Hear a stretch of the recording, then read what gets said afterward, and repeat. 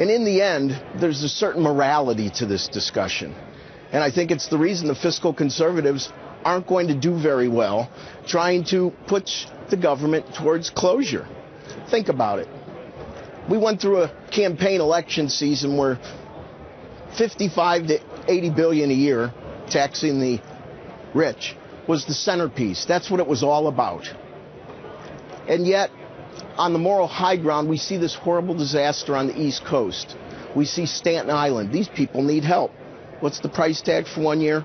About the same amount that the campaign was fighting over for a year and a half.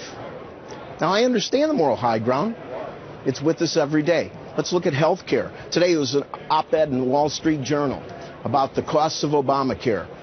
There's continuing articles on the costs of Dodd-Frank, transactions for real estate.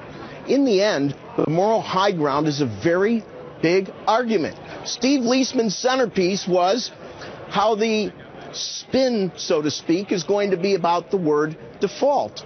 And he's absolutely right. There's a certain default on interest payments. That's a legal default.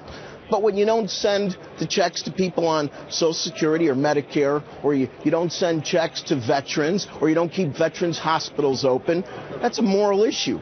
It's going to be impossible to beat that. And in the end, it comes down to a philosophical argument nobody really wants to have. And when we have it, people make fun of the argument. But the argument is socialism. To help the collective by doing something to the few is the very cornerstone of socialism, whether right or wrong. There's a moral high ground that we're not going to be able to beat. If entitlements, if people are putting in less in entitlements than they're pulling out, and they're poor, or they have infirmities, we understand that. But there's one final chapter to this, and that's the morality nobody ever discusses because the people aren't here to fight for themselves. The morality is when you run out of other people's money, what next? What's the barometer of other people's money? It's the debt.